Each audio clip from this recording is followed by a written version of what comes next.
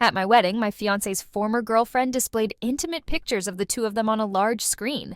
The guests were taken aback, and I angrily confronted her. However, he dismissed her actions, saying, "Olivia is just acting immaturely. Do you really need to be so upset?" I was incredulous. His ex had spoiled my special day, and yet I struggled to contain my anger. Demonstrating his tolerance, his ex-girlfriend even physically approached me, declaring, "You mute girl. Do you dare to marry Liam? Fine, I won't marry you, but you won't have a good time either." During the wedding, the large screen abruptly showcased photos of Liam and his ex-girlfriend. Although the host quickly noticed the mistake, all the attendees saw the images. I stood on the stage and glanced at Elena, who was seated at a table wearing a white dress similar to a bride's.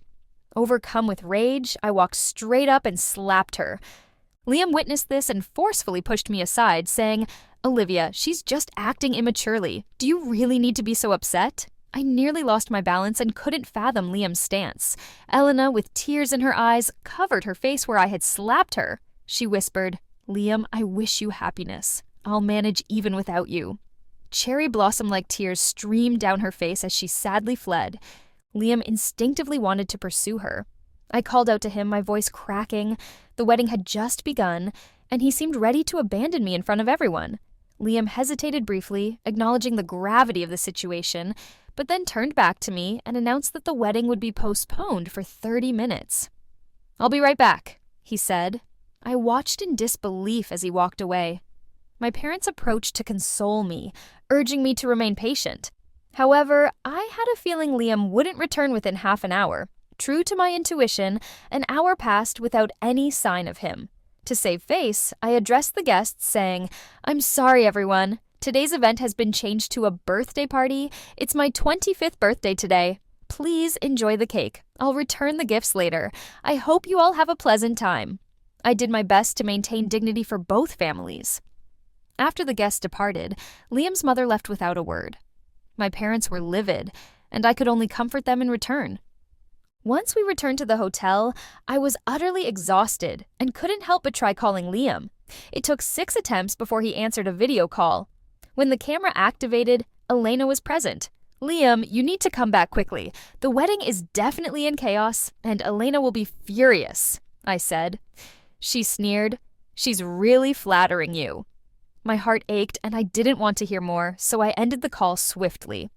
Half an hour later, Liam called back, but I didn't answer. That night, I stayed with my parents at the hotel. After midnight, Liam incessantly called, but I silenced my phone. The next day, my parents looked at me with concern. I tried to smile and told them, "Mom and Dad, you should go back first. I'll take care of myself." My mother expressed sympathy, saying, "You've been with him for 3 years and even have a marriage certificate. We're disappointed in Liam." I hugged her and apologized for the wedding mishap, declaring, "I will divorce Liam." My parents, who had traveled from overseas for my wedding, were disheartened to see me become the subject of ridicule. Being understanding, they supported my decision to divorce, but feared I would be heartbroken and wanted to stay longer. It took some persuasion to convince them to return home. They loved me deeply, and I didn't want them to witness my pain and suffer alongside me. Upon returning home from the airport, I found Liam waiting for me. His hair was damp, and he wore a suit, looking as though he had just showered and changed clothes. "Elena, this is for you," he said, handing me a box containing a sapphire necklace. I looked at him silently, recalling how he used to give me gifts after making me angry. Previously, I enjoyed his gestures and allowed him to soothe me, but everything had changed since the previous night. "It's too expensive. I can't accept it," I responded. Liam smiled dismissively. "We are already married. What's mine is yours. Why can't you accept it?" I stared at him firmly. Finally, he conceded, "I'm sorry, my wife. I was wrong last night." He continued, "I've been with her for 6 years. She couldn't accept our marriage suddenly, and I feared she couldn't handle it. So what? You just abandoned me." I questioned him, and Liam frowned impatiently. "I've explained everything to you. What else do you want?" My heart sank. "I need an apology. That big screen yesterday, Elena must have set it up to embarrass me on purpose. I'm sure she provided the photos too. She hurt me. Shouldn't she apologize?" Liam looked displeased. "Olivia, don't be overly dramatic. I told you, Elena just doesn't understand. My heart broke at his words. There's some issue at the company, so I can't go on our honeymoon today. Let's discuss it later, he said, adjusting his suit before leaving. I didn't even have the chance to discuss the divorce with him. Liam had been my senior in college. We met through a mutual introduction by the school administration at an alumni event 3 years ago, and he actively courted me. At the time, I found him mature and thoughtful, making our relationship seem natural. Later, while casually browsing the school forum, I discovered that Liam and Elena had been a prominent couple during our school years. They dated from freshman year until their breakup 2 years post-graduation due to incompatible personalities. 6 years was a significant time, but it didn't justify Liam leaving me amidst the wedding. Realizing the situation, I mindlessly called John, Liam's assistant. Is there something wrong at the company? John seemed confused. No, Liam has arranged everything to go on our honeymoon. Okay, I see. Thanks for your help. I packed my belongings and returned home. After managing my emotions, I went back to school to work on modeling projects, keeping my phone off during this period. That evening, after finishing work, Liam appeared at my doorstep looking disheveled. As soon as we met, his face showed impatience. Olivia, can you please stop causing a scene? I calmly suggested he take the divorce papers. Liam found it amusing and taunted. Are you sure someone like me, a foreigner or a person with disabilities, can have a better life without you? He noticed the cochlear implant behind my ear, which I had used since losing my hearing due to a fever at 6 years old. Knowing about my condition from the start, Liam used to commend me for being brave and cheerful, but now he was exploiting my vulnerability, which deeply hurt me. Despite my sincere explanations that I wasn't having a tantrum, Liam remained confident, insisting I return to him as if our issues were minor and even offering to redo the wedding. His tone was condescending, as if I were inferior. I told him the truth honestly, but he didn't believe me. Mocking my lifestyle choices, Liam remarked on my simple clothing and practical canvas bags, pointing out that I never wore branded items even during our 3-year relationship. He criticized my parents' modest outfits at the wedding, making assumptions about my financial status and disability, implying my desire for divorce was merely a tantrum. I laughed at the absurdity of his statements. Growing up in China before moving back to my home country, where comfort was valued over brand names, I never cared for designer labels. I genuinely preferred practical canvas bags for their simplicity and eco-friendliness. Never expecting Liam to equate my life choices with my entire upbringing, it was almost laughable. Who says you have to be flashy just because you have money? I'll be at the office tomorrow at 9, waiting for you. We'll go to the civil affairs office together. We don't share the same life perspectives, so I won't say more, I told him as I opened the door and entered my home. As Liam tried to follow, I quickly shut the door, accidentally striking his nose. He yelled from outside, frustrated that I wasn't being reasonable, claiming he had given me an escape, yet I was still causing a scene. Leaning against the door, I listened calmly to his desperate words. Just a month ago, we were planning our honeymoon destination, examining maps, and now everything had deteriorated so badly. My phone beeped with a friend request from Elena. After accepting it, she immediately sent a message introducing herself, followed by 6 photos. The first 3 were from that day, showing Liam making noodles in the kitchen, while the other 3 were from our wedding day, depicting Liam in a suit with a flower crown, serving Elena water by the bedside. It felt grotesque, making me feel sick and repulsed. I replied, I've never seen someone so shameless as to destroy someone's marriage.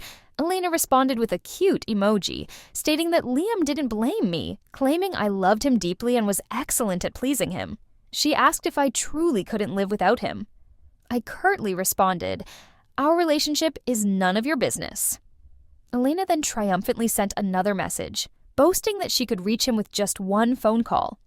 Right then, Liam's phone rang outside. He muttered something quietly, stopped knocking on the door, and quickly left to check, only for me to see his car drive away. 15 minutes later, Elena sent a photo of Liam getting out of his car and approaching her. You've been with him for 6 years, with many sweet memories. Do you really think you can hold on to his heart? Following that, Olivia posted a moment on her social media saying, After 6 years apart, the heart still flutters. The image featured a sapphire necklace, the same one Liam had given me before, which I had left on the coffee table when I left. A wave of nausea washed over me, prompting me to block both Olivia and Liam on my phone.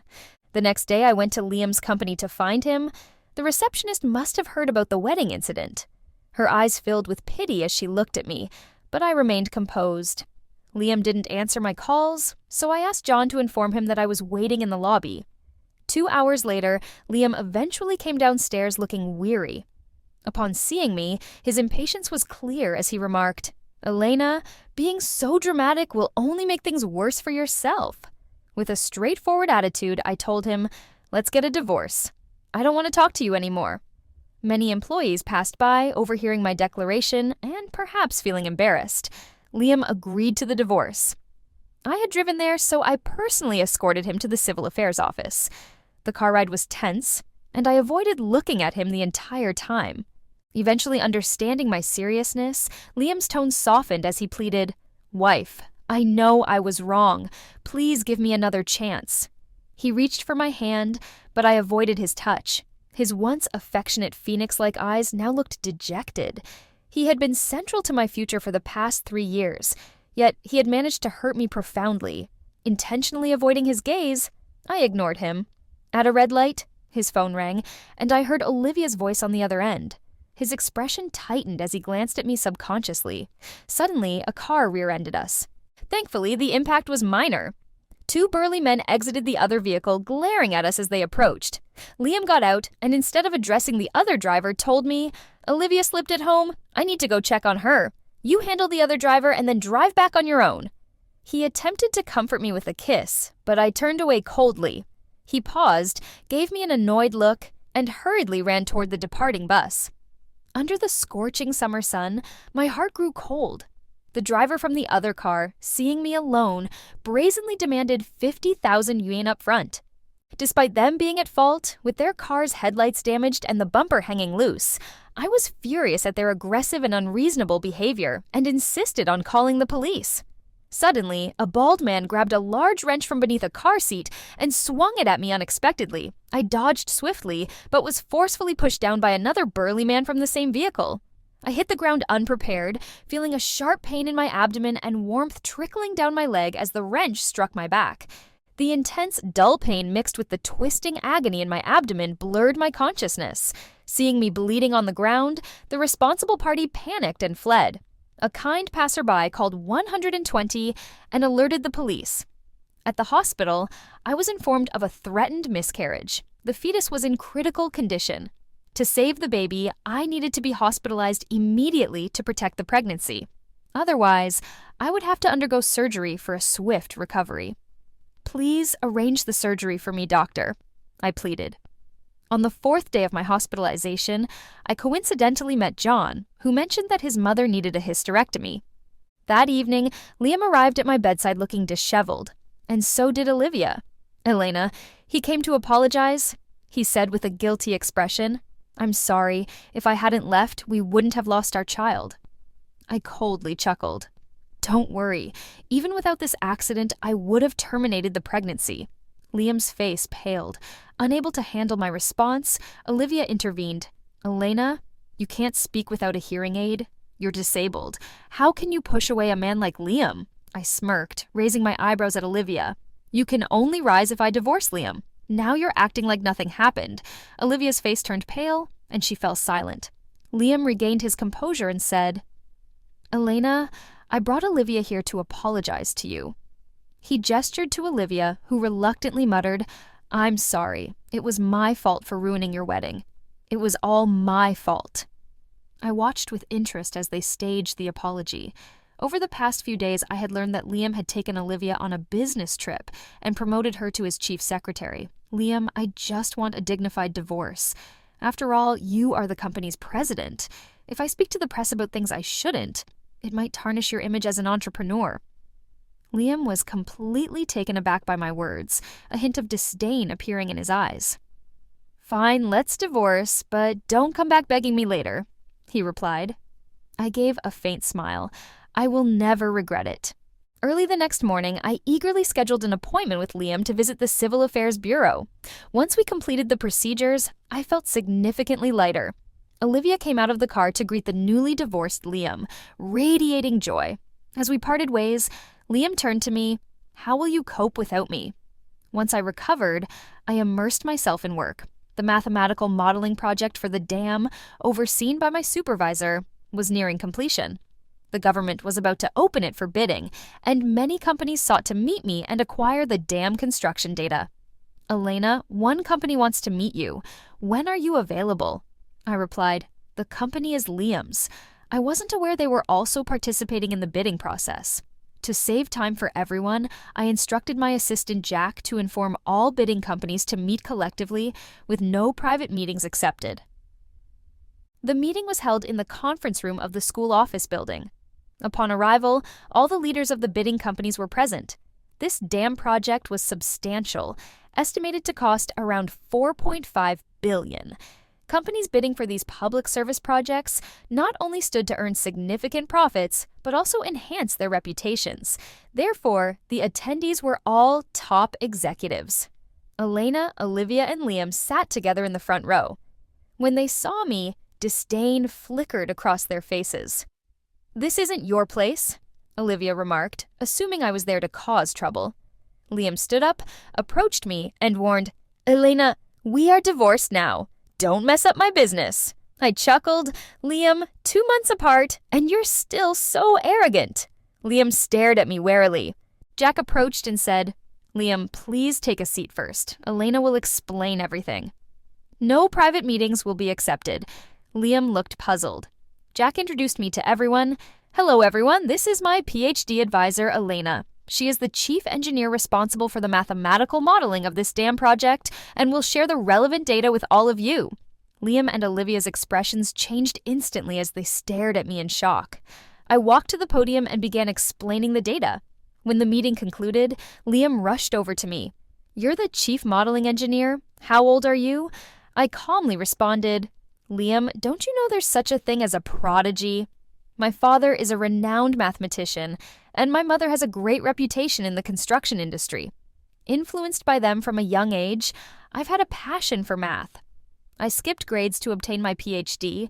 After graduating in China, I followed my parents' advice to return to the country to work as a doctoral supervisor at a university while taking on some mathematical modeling work.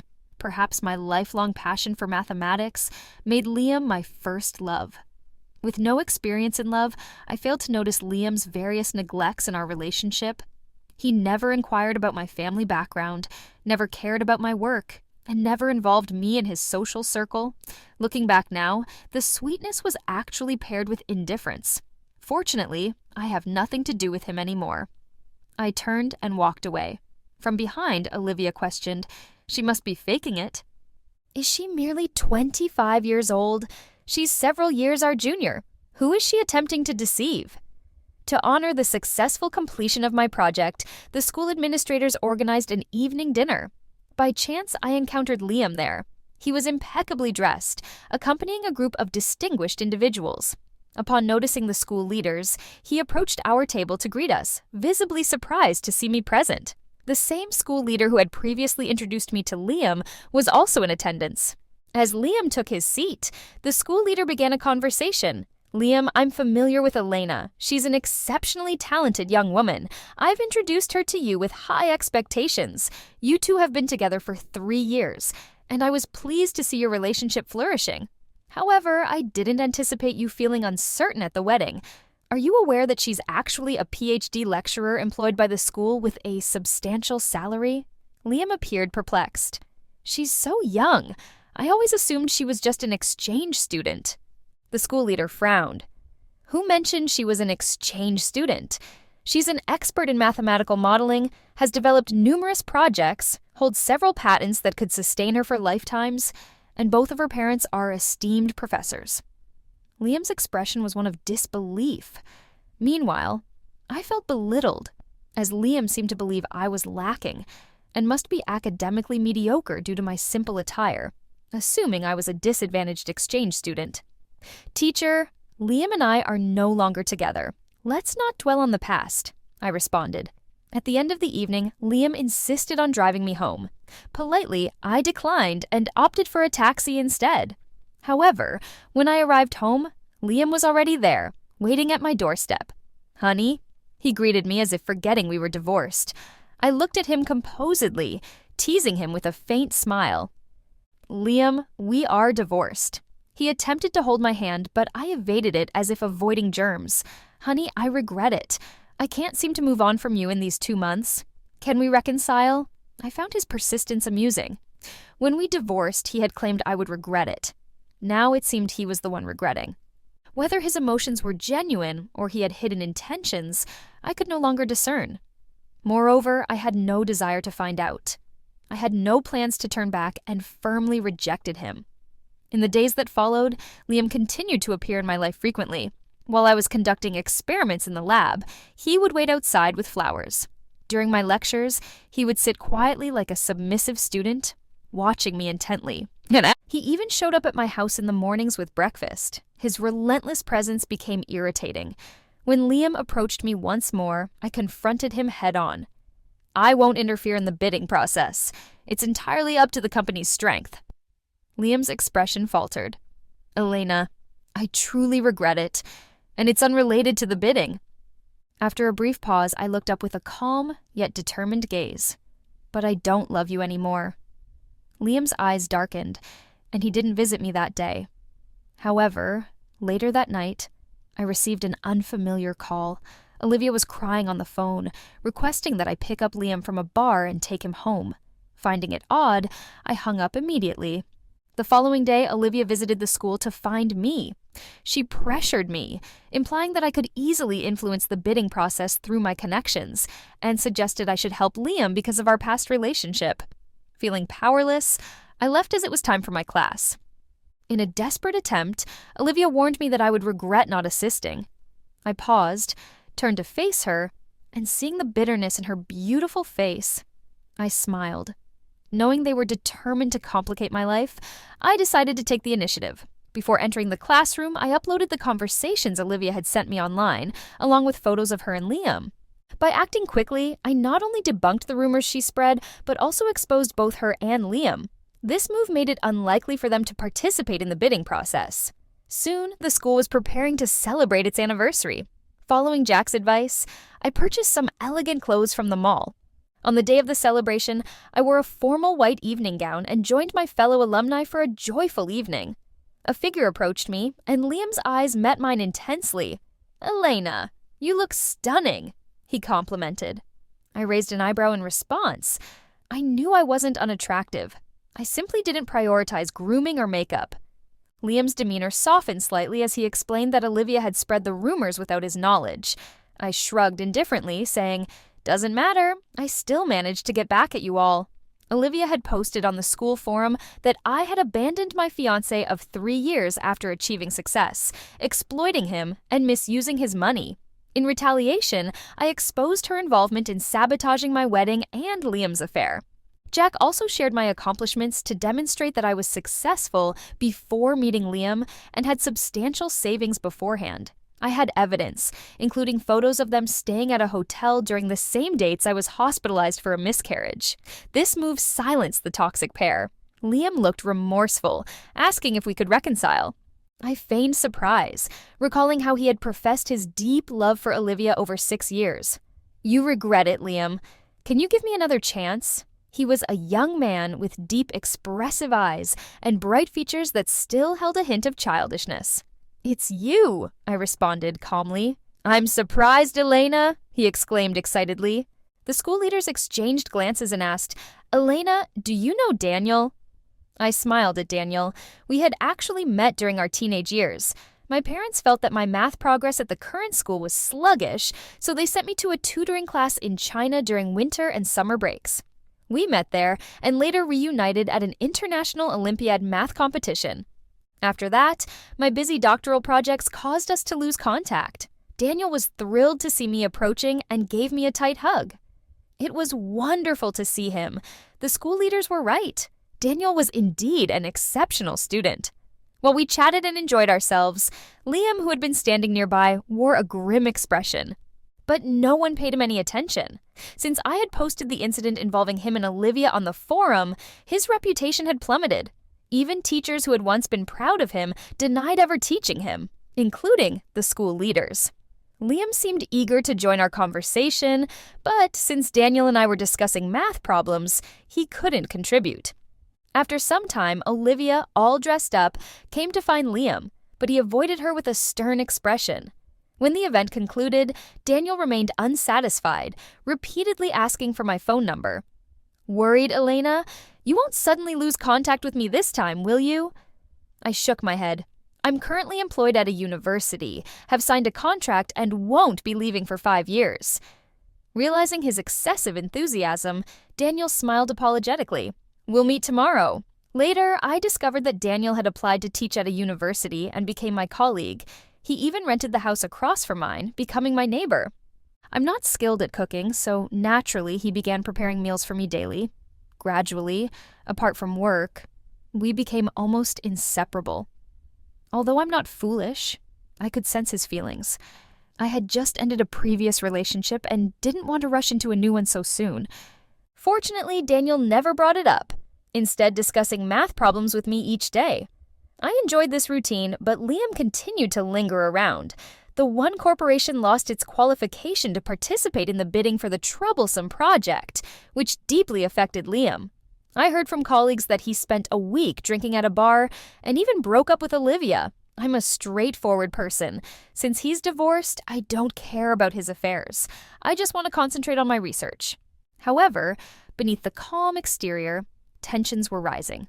One day, while exiting the elevator as usual, a man in a gray jacket suddenly approached me with a long knife. I instinctively dodged, frantically moving left and right in the narrow space. "It's all your fault. You took my place." I recognized him as one of the PhD candidates hired alongside me. He had studied at MIT and worked on mathematical modeling at a university.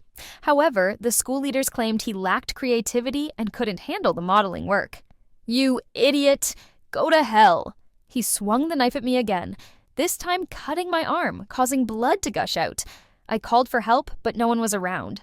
As he swung the knife a third time towards my head, a man in a suit rushed over and pushed him aside. "Elena, run!" For a moment, I was stunned. The attacker's eyes were bloodshot as he struggled violently with Liam. I saw the janitor appear at the elevator entrance, rushing out with a mop to strike the assailant. The attacker turned back, glaring at me with murderous eyes, as if he wanted to devour me. Liam held him tightly, preventing him from breaking free to harm me. Suddenly, the chilling sound of the knife entering Liam's abdomen made my hair stand on end. Blood started oozing from the corner of Liam's mouth, but he still smiled at me. My blood ran cold, almost forgetting the immediate danger. Thankfully, the school security guards arrived swiftly and halted the attacker's rampage. While waiting for the ambulance, I pressed on Liam's wound. "Liam, don't die, please!" He weakly squeezed my hand, his eyes locked on mine. "Elena, can you forgive me?" I replied calmly. "You can only earn my forgiveness by staying alive." Liam was rushed to the hospital for emergency treatment, and the PhD candidate was arrested by the police. When Daniel arrived, I was standing in front of the operating room, covered in blood. "Your arm." I glanced at the bandaged arm, already disinfected and stitched. "It's okay." Daniel stared at me with concern, his gaze fixed on the lit-up operating room anxiously. After 5 long hours, the exhausted doctor emerged, saying that the patient's will to survive was still present. As long as the critical 24-hour period passed safely, everything would be fine. Daniel and I both sighed in relief. Just as we were about to leave after arranging for a caregiver, John and Olivia rushed over. Upon seeing me, Olivia attempted to approach and slap me, but Daniel stopped her by grabbing her wrist. Olivia screamed in anger. "You witch! Isn't Liam suffering enough because of you? He risked his life for you, and you want to leave just like that? Nothing in this world comes that easily." I watched Olivia lose her composure and motioned for Daniel to leave with me. Daniel pushed Olivia away and quickly caught up with me on the way back. He hesitated to speak, so I knew what he wanted to ask. "Will I go back to Liam after he risked his life to save me?" I shook my head firmly. I wouldn't be so old-fashioned as to think I owe my life to Liam after he saved me. There are many ways to repay kindness, and I won't choose one that makes me uncomfortable. Back home, Daniel helped me wash since I couldn't move my arm, handling most of the cleaning himself. His face was red the entire time, making him quite endearing. Enduring the 24 hours was tough.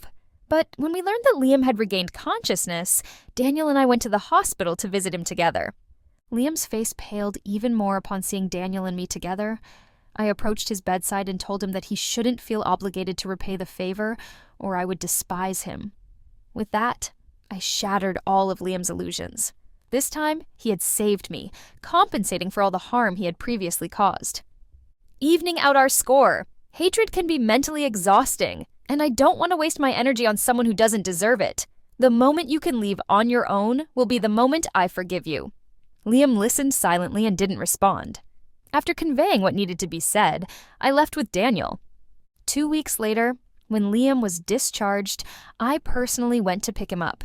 He was still living in the apartment he had prepared beforehand, unchanged, with some of the figurines I had bought still displayed in their original spots, and that sapphire necklace remained on the coffee table. Seeing my gaze land on the necklace, Liam recalled something and explained that the necklace he gave Olivia was a replica, not the same as this one. I smiled calmly at him and suggested it was best to leave the past behind. Liam struggled to find words and sat down on the sofa where my pink throw pillow still lay. I called a housekeeper for him, instructing her to let him rest at home until he fully recovered. The housekeeper arrived, so I left. As I was about to depart, Liam called out, "Elena, you know, right?" I looked at him calmly and said, "I know." The PhD student, who had recently joined the university, considered himself extraordinary, felt frustrated, and was influenced by Olivia. He blamed everything on me, plotting to kill me through words and drugs. Liam nodded expressionlessly and apologized for underestimating Olivia's malice, saying he was sorry. After a brief silence, in a pained tone, he admitted that the danger I faced was a result of his lingering attachment to Olivia, causing her to hate me so intensely. It was my dangerous liaison that led us here. With that, he bowed his head. "I'm sorry, Elena." I glanced out the door and saw it was raining. Daniel stood outside holding an umbrella, waiting for me in the downpour. I told Liam that Daniel was waiting for me, bid him farewell, and ran into the rain without looking back, determined to move forward. Shortly after I arrived home, John called to inform me that Liam had disobeyed the doctor's orders and gone to the company. I chuckled, knowing he was an adult who could take responsibility for his actions. John hung up without saying more. Daniel brought me a cup of ginger tea, saying, "Drink this to prevent catching a cold." After sipping the tea, I showed Daniel the invitation I had received to the Hodgkin's Conjecture Seminar and asked if he wanted to attend. Daniel chuckled and replied, "I received an invitation too. We'll go together." While Liam was diligently working for his company, Daniel and I delved deeper into the world of mathematics. 2 years later, when my contract with the university concluded, Daniel nervously asked if I would stay for him. I nodded, agreeing to remain. Daniel and I didn't have a tumultuous romance. Everything flowed smoothly. He truly suited me perfectly. The dark clouds of the past had finally cleared, and no one would exploit my vulnerabilities to harm me again. Liam was an exception. When I first met Elena, she seemed like a celestial fairy, with pristine features and innocent eyes. Who wouldn't want a romantic relationship with such a pure girl? I began pursuing her passionately, feeling that she was experiencing love for the first time, displaying all her joy on her face. She sought a relationship with me with the intention of marriage. After we married, I unknowingly became more unrestrained. It was during the wedding that I made a wrong decision. I thought her naive and gentle nature meant she would quietly wait for me at home. When I returned and noticed her changed demeanor, I didn't worry too much. I believed she would remain obediently at home. I even thought her mention of divorce was just a tantrum. So, when Olivia called, I left Elena alone to handle the consequences. Olivia wasn't lying. She had slipped in the shower at home. When I found her, she was still lying there, unable to move, with bruised legs. I carried her to bed, and she tried to embrace me, but I pushed her away rationally. She looked at me wistfully, asking, "Liam, do you not love me anymore?" I coldly replied, "I stopped loving you the moment you left me." Olivia cried with sorrow. "I come from a humble background. My father is a vegetable vendor, and my mother is just a regular housewife. I've achieved everything on my own through hard work." During the early days of my entrepreneurship, Olivia saw me struggling without any money, living in a basement, and eating plain buns with pickled vegetables. She couldn't endure 3 months of such life with me and decided to break up. At my lowest point, she left me. I heard from classmates that she only came back after being dumped by her wealthy boyfriend. Driven by vanity, I wanted to show her how well I was doing now, not just in my career, but also with my loving wife. I arrogantly took her on a business trip. That night, while I was drunk and asleep, she ended up in my bed. Something that shouldn't have happened did. Feeling anxious, I received a call from John, informing me that Elena had a miscarriage and was hospitalized. I learned about the ordeal she endured the day I left her. I saw her in the hospital, her complexion pale. I brought Olivia to apologize to her, but it seemed to backfire. I could feel Elena slipping away from me. After the divorce, the school leader informed me about her excellence, making me realize my own shallowness and arrogance all along. Despite having a hearing impairment, she never felt inferior and lived brightly. On the other hand, I disgracefully tried to undermine her confidence, using it to make her dependent on me. The truth proved that I was the fool. I gave Olivia money to stop her from bothering me, but she wasn't willing to let go. Instead, she blamed Elena for my indifference and secretly incited a mentally unstable doctor to harm Elena. Fortunately, I saved her life. Elena said that the moment she forgave me would be when I recovered and stepped into the one again. The day she left the hospital after she departed, I rushed to the one as quickly as possible. "Elena, have you forgiven me?" When Olivia was sentenced, I went to see her for the last time. Elena was with Daniel, and they were a perfect match. Olivia paused for a moment, then erupted into uncontrollable laughter, saying, "Good, so good. If I can't be happy, neither can you." I looked at her coldly. "You are twisted. Spend the rest of your life in prison and face the consequences." Olivia's face contorted with anger as she cursed me. Later, I heard that Elena had given birth to a daughter who resembled Daniel. I thought to myself, she's probably another academic genius.